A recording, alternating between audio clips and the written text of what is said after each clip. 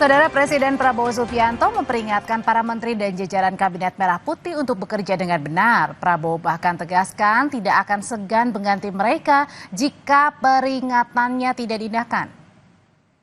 Baru dan memberikan penghargaan kepada wisudawan terbaik. Hal ini disampaikan Prabowo dalam prosesi sidang Senat pengukuhan mahasiswa baru sekaligus wisuda sarjana di Universitas Kebangsaan Republik Indonesia di Bandung pagi tadi. Dalam pidatonya, Prabowo menyinggung soal pergantian menteri akan dilakukan jika sudah 3 kali mendapatkan peringatan.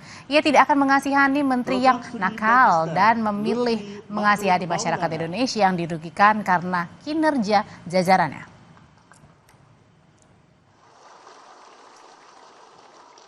Boleh tanya menteri-menteri dan anak buah saya, kadang-kadang mereka minta, kami punya anggaran ini Pak, berapa kau butuh?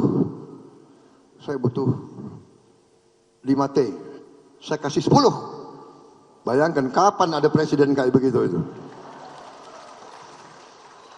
Karena anak buah saya hebat-hebat. Ya. Kalau ada 1-2 nakal, saya peringati. Ya kan, 1 kali peringatan masih nakal, masih nggak mau dengar, 2 kali peringatan, 3 kali apa boleh buat? Reshuffle, harus diganti.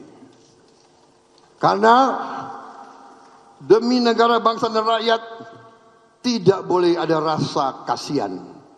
Yang kasihan rakyat Indonesia.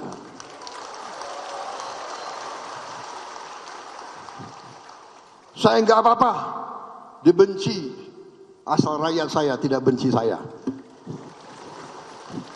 Kalau saya dibenci oleh maling-maling, koruptor, manipulator, penipu-penipu yang serakah, nggak apa-apa, nggak ada urusan. Saya dikasih peringatan, Pak, hati-hati loh Pak. Mereka uangnya banyak. Mereka bisa bayar demo, nggak ada urusan.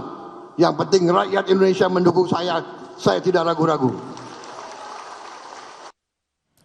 Kami akan kembali. Diduga akibat korsleting, ruang panel listrik Rumah Sakit Hermina Bekasi, Jawa Barat terbakar.